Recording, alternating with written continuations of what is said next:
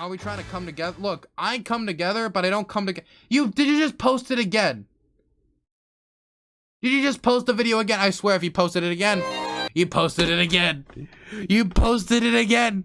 You posted it again. Why? Why? Let's come together. Except my Larry Elder video. You need to come together by watching what I tell you to watch. Watch. Fucking hell. Okay, you know what? Let's do it. This video must be fucking banger.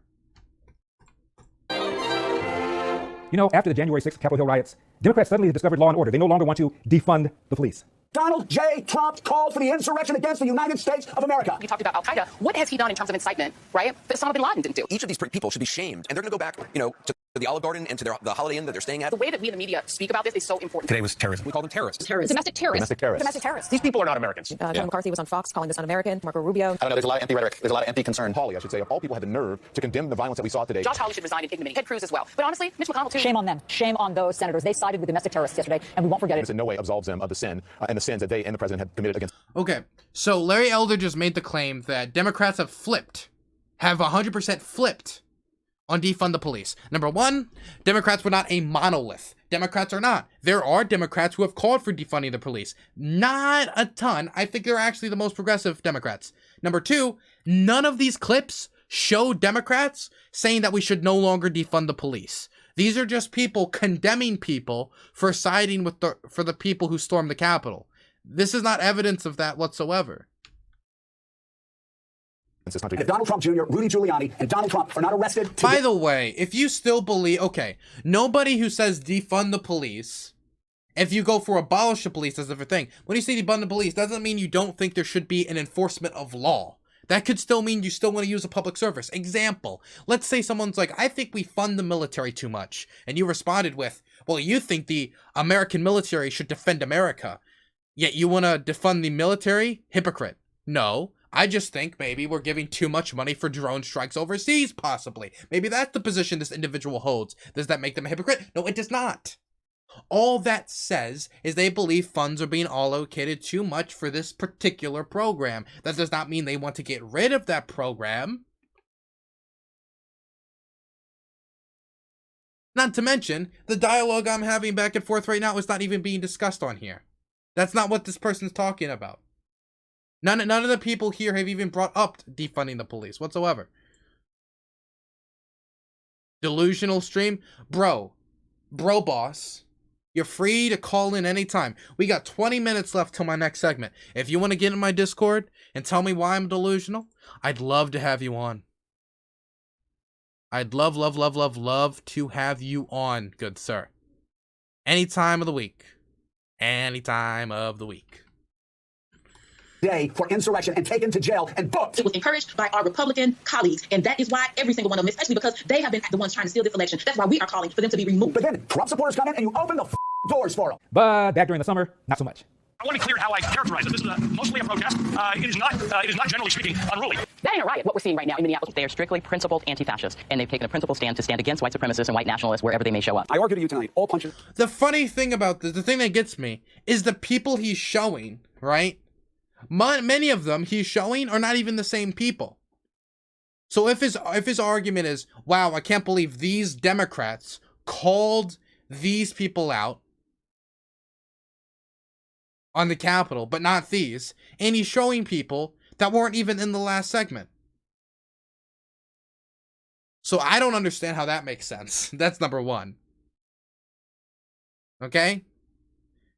And number two, there is a distinct difference between what happened with the Capitol protests, the Capitol riots, and the Capitol terrorism, and I'll distinctly tell the difference, and say what happened in the 6% of protests during BLM that turned to riots. The difference is bombs were planted. That's legitimately terrorism.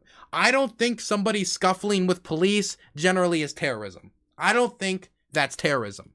That's why I didn't call the Antifa like some terrorists. That's why I didn't call BLM terrorism or anything like that. I don't. Because there's riots all over the world and we call them what they are, riots, even though the majority of Black Lives Matter protests were peaceful. Planting bombs is terrorism. If you put pipe bombs in a city to explode in the capital of our nation, that is distinctly terrorism. Not to mention, I do think there is different language and a different amount of force needed when there were people rushing the Capitol building, calling for the hanging of the vice president while bombs are planted across the city. I do think it's a different level of danger in this situation.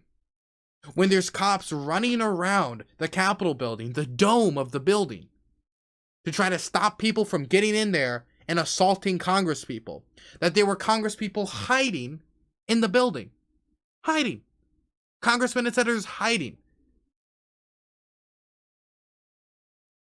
And I don't want to downgrade the economic impacts of a local community losing a business. I don't. But there is a difference here between a small business or, in a lot of cases, Wawa's, Walmart's, etc., getting destroyed and the window smashed, and bombs being planted in our nation's capital as people rush the building with zip ties calling for the hanging of politicians as they search the building and beat the cops to death who defend it. I do think there's a difference there. I think there's a distinct difference. Is the burning down of a business good? No, that's bad. Is rioting good? No, that's bad. But I think when we have this conversation, we need to understand distinctly the reasons why these two different events occurred. The core reasons. When we look at riots anywhere else in the world, we do this. We have this reasoning. If we were to look at Lebanon, for example, we don't say, the first thing when an outsider looks at the riots in Lebanon is not, oh my God, how bad is it people rioted? Oh my God, how terrible. It would be, man, it's horrible that the government has left the economic situation of Lebanon so unattended and their corruption has been so terrible that this was the outcome, that people felt this was their only outlet. Is it good they're rioting? No. But let's deal with the source of the issue, because no riots were ever stopped by just telling people to respect the law and order. You have to deal with the core of the issue. Anybody looking at any other country, whether it be Hong Kong, whether it be Chile, Bolivia, Sudan, or what we just talked about, Lebanon, has that analysis, has the tools of those analyses to kind of tear that apart and analyze it from an outsider's perspective. But once you're inside a country, it's totally different. And this is the same way in this country as well. Now that outside perspective where anybody in any other country would look at America and say, it looks like America has to deal with income inequality and police brutality if they want to stop these protests, want to stop the riots. Instead, it's law and order calls, just random calls to law and order. So when we analyze the Black Lives Matter protests, we need to deal with the core of the issue if we ever want to stop what we see on the streets, which is we need to deal with police brutality and economic inequality. Destroy the racial wealth gap. Now, that's the core of the issue there. And I agree, actually, I think we should do the same thing when it comes to the Capitol riots analysis. Of course, we need to respect the severity of the issue when bombs are being planted across the city. But we need to look at the core of what caused that. And I think a lot of analysts have been doing that. And it was in this way. The core of what happened in the Black Lives Matter protests, it was caused by the unattended issues of police brutality in this country. The Capitol riots and bombs being planted were caused by conspiracy peddling by our nation's president, by people like Taylor Greene, Josh Hawley, and Ted Cruz, by making up these theories about election fraud, widespread election fraud, that were completely unfounded, unproven in court, and Trump's own campaign in court said there was no fraud, but they continued to push the idea of massive amounts of dead people voting, or people from outside of state voting, and he's flipping the elections to the point where he's on call with the Georgia Secretary of State telling them to just find these votes for Trump. And you know what? It makes sense. If somebody believes that an election was stolen, legitimately believes that an election was stolen, that there was a democracy here, and it was taken from them, the only logical conclusion of any American who respects democracy would be to rush the Capitol building. If I legitimately thought that our democracy was stolen from us, that we had an election stolen from us, from this close, that they've took it through widespread fraud and conspiracy, and there was evidence to back it up, incredible people were saying it, I would be rushing the Capitol building with everyone else, as every other American should if that was the case. Because we wouldn't want our democracy to fail. The problem is, this wasn't that. This was a madman, drunk on power, unable to accept the fact that he got an L, who said before the fact that if he lost, then it was probably rigged, and in 2016, even when he won, he couldn't accept the results, had to make up this conspiracy theory about undocumented immigrants voting because he wanted to explain away the fact that he didn't win the popular vote. This was not democracy being stolen. The root cause of this was the President of the United States, Josh Hawley, Ted Cruz, Taylor Greene, and the rest of them, pumping out conspiracy theories to try to explain away the fact that they're just not popular with the vast majority of Americans. Are not equal morally. It says it right in the name, Antifa, anti-fascism, which is what they were there fighting. Listen, there's no organization is perfect. There's some violence. Any reasonable person would say we shouldn't be destroying other people's property, but these are not reasonable times. Thank goodness for the looters, man. And please, show me where it says that protests are supposed to be polite and peaceful. I don't care that much about statues. Should that be done by a commission or city council, not a mob in the middle of the night throwing it into the harbor? People do what they Nancy Pelosi wasn't even in the last clip. How is this hypocrisy if we didn't even see it before? What is... do. You're seeing behind you is one of... See, okay, this is why it's hypocrisy. Because in this corner is what is called the left. And in this corner is what is called the right. And if anyone in the left says one thing, then all of the left has to agree with that thing. And if they don't, then that's hypocrisy. That's the only way this makes sense. It's actually hypocritical. multiple locations that have been burning in Kenosha, Wisconsin. Do not get it twisted and think that, oh, this is something that has never happened before, and then this is so terrible, and where are we, and these savages and all of that. This is how this country was started. People get mad, and people get sick of it. People are risking COVID to explain to this There country. you go. There's one person who was actually in the other clip. They were fed up. Most of the major... Now, there is one thing, and this would also be another reason why I don't think you tap, young buzzard. Hey man, no. You linked this 10 times. I'm reacting to it. You linked it 10 times. What, you think I'm going to give up now? You linked it 10 times trying to get me to watch it. Now you don't even want me to finish the video. Look, here's another thing. You can support protests for one thing and not support protests for another thing. For example, I would support protests to, let's say, for unionization. For workers' rights to unionize. I would not support unionization for, protests for, banning gay people's right to marry. I would very much like to be able to marry whoever I want.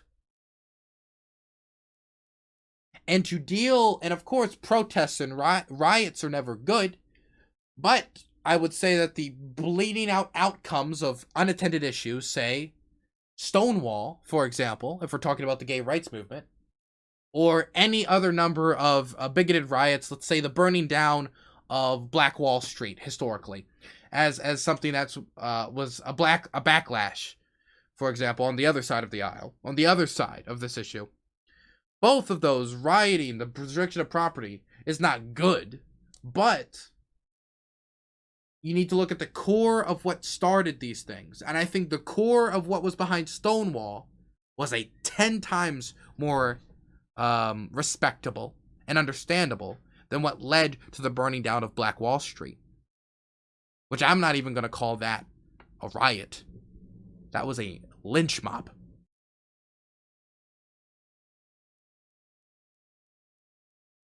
I don't care about the riots. Look at the double standards. Riots are riots both ways, both sides. Listen to what I'm saying, though. I don't think riots are good, but we need to understand what caused the riots, which in one side is a lack of attending police brutality, and on the other side was conspiracy peddling. I never said riots were good. I'm just trying to explain that these are parts of history when you don't attend issues. If you don't like riots, the best thing you can do is not go, woe is me. Riots are so bad. Oh, law and order. Oh, this. Oh, that. That's not the best thing you can do. The best thing you can do is say, why are the riots happening? This is the reason they're happening? Well, then I guess we should deal with police brutality if we want to stop them from happening. Name me a time in history when riots were occurring on a mass scale, or in this case, it's not even a mass scale, by the way. 94% of Black Lives Matter protests were peaceful, but let's say 6% is your mass scale for whatever reason. Tell me any other time in history when riots were occurring, and you just solved the issue by just, like, ignoring it. Or just making vague gestures to law and order. The 60s? No, that didn't work, did it? The Vietnam War? Well, no, that didn't work, did it? Hell, we can go all the way back. We can go back to the Articles of Confederation. Didn't that lead to a whole new system of governance with more control in the federal government?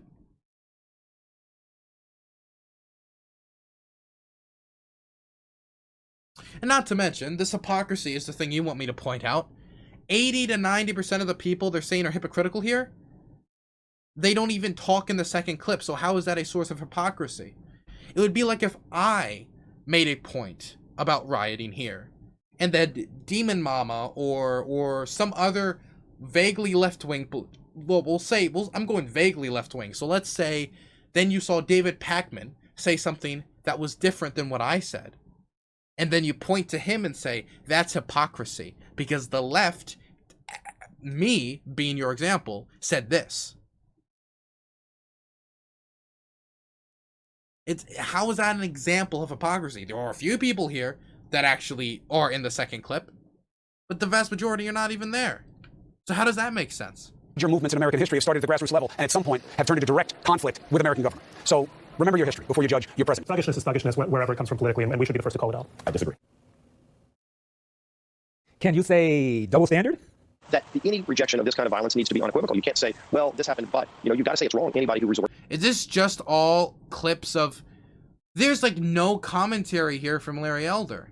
to violence. Is there? We called it out, by the way, last week. What happened was an insurrection. The people that stormed the Capitol, that attacked our Capitol Police, over 50 Capitol Police officers were injured in that attack. I mean, if you're going over police officers crawling through windows, you're not a guest in a building anymore. You've literally violated the law. Many of them have already been caught and are being arrested, as needs to be the case. But what we didn't see, and this is really the point I was making, is that we call it out when it happens on both sides. When you see all of these Democrats that are only calling it out now, they did not call it out during the summer. In fact, some of them were encouraging some of the violence we saw over the summer, fanning those flames. You can't have it both ways. You've got to be consistent in calling out violence. None of us should support that.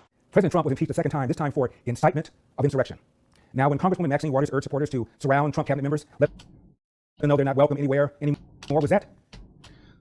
Surround Trump. Okay. So here's the thing, right? Number one, Maxine Waters is not the president. Number two, that's one isolated statement when you can look at Trump having a long list of pushing election fraud. And number three, you got to think of the setting it was said. And number four, again, I'll just repeat it again. She's not the president. You know what? Actually, Larry, I support this. I want to call out the Maxine Waters double standard. We should actually impeach Maxine Waters from being president of the United States. I want to remove Maxine Waters from being president. I support it right now. Maxine Waters, your time as 46th president of the United States is over. I'm 100% on board with that. Incitement of insurrection? And so, let's stay the course. Let's make sure we show up wherever we have to show up. And if you see anybody from that cabinet in a restaurant, in a department store, at a gasoline station, you get out and you create a crowd.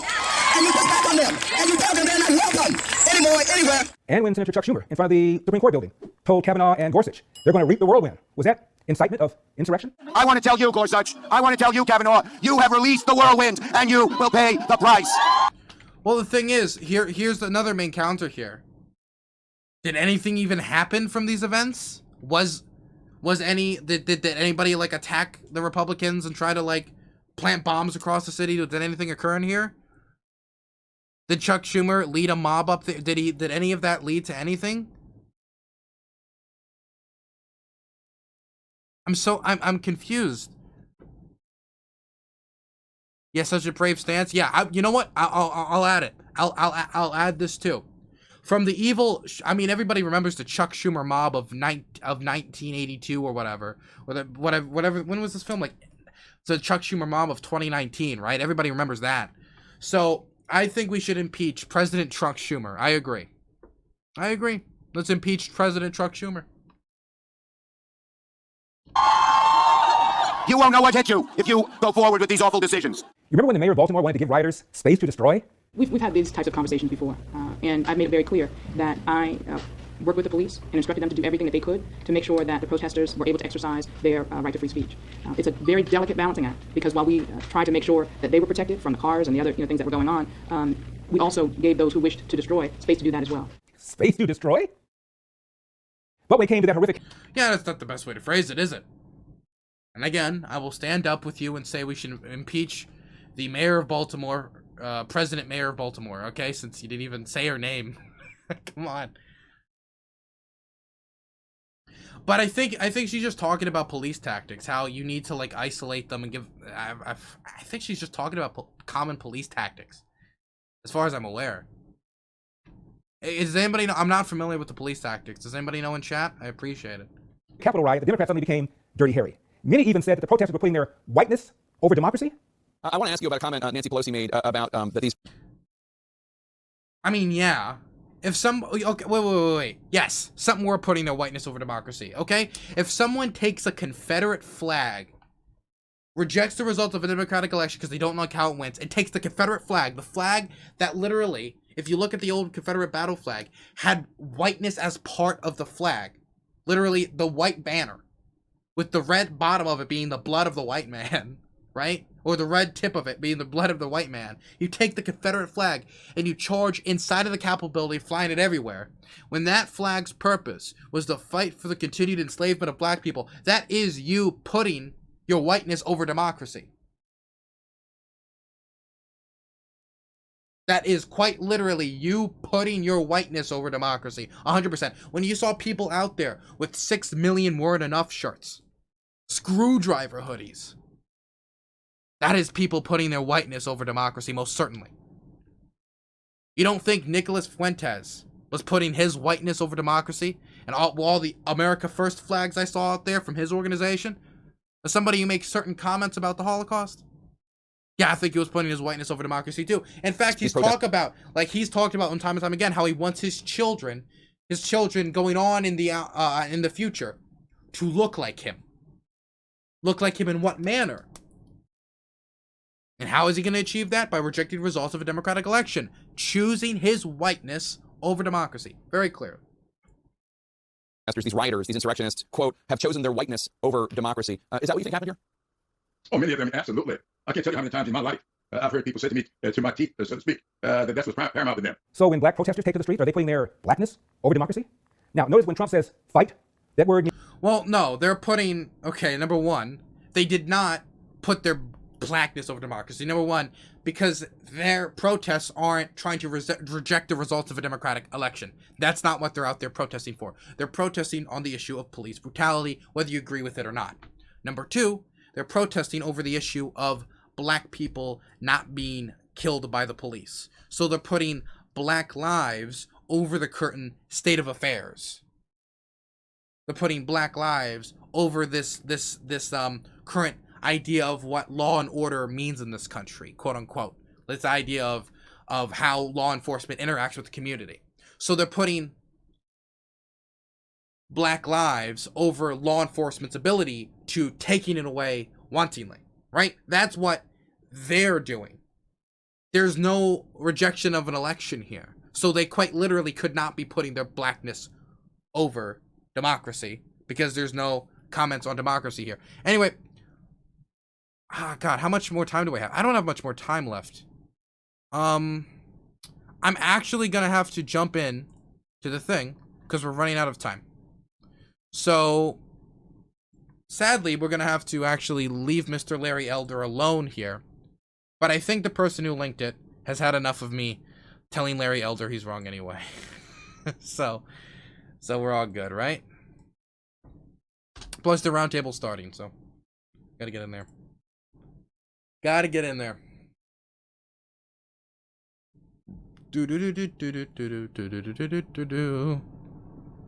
Where is Prime Kai's Discord? Where is it? Here it is. Okay. Well, actually, we have a little bit of time left. Never mind. Means incitement of insurrection, provocation of violence. We fight like hell. didn't he also say he wants the protesters to peacefully and patriotically make their voices heard? Or did I imagine that? I know that everyone here will soon be marching over to the Capitol building. The thing is, this speech was preempted, though, by months and months and months of pushing conspiracy peddling, on top of years of pushing conspiracy peddling. Years of pushing conspiracy peddling about undocumented people voting. That's why I lost. Not only was it in the general election, but if you remember the 2015, 2016 Republican primaries, a lot of that period was actually dominated by Trump saying anytime he lost a primary, actually, good sir, actually, this was rigged against me. Either it was Ben Carson or somebody else rigged it against me. Then, the trial by combat. And with that background, on top of the trial by combat and type of language he used, was probably the recipe that led to what happening. Now, would this do well in a criminal incitement case? No, I don't think it would do well in a criminal incitement case. I don't think anybody's claiming that this is actually criminal incitement and is going to go to prison for this. That would be impossible. In this country, we have extremely free speech laws. Extremely free. So I don't think it would be covered here. But you most certainly would have the authority to impeach him on the issue of incitement by looking at the full picture of the type of dialogue he's pushed around elections and democracy under his presidency, on top of the words said that day. Right? And how he reacted to it after the fact, when it was all going on. How he tweeted out, like, this is the result of elections being stolen. You don't need to pin him on a criminal incitement case. You would only need to pin him on a criminal incitement case if you wanted to put him in prison, which not a lot of people are trying to do. Anyway, now I really have to get started, okay? We need to get started here. How much more time do we have? Very little. Okay. Even my own Republican senator admitted that Trump was responsible for citing the crowd with his election fraud lies. I wrote my senator a letter encouraging him to convict at the trial, since he most likely be one of the few Republicans who will vote to convict. Who is your Republican senator? Captain Hal. I would like to hear.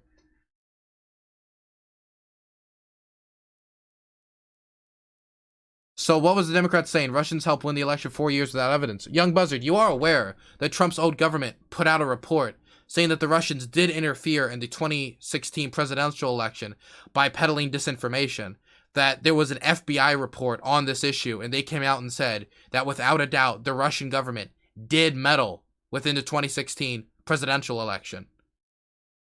That there is evidence to back that up. Even Trump himself had to admit it. Even his own government.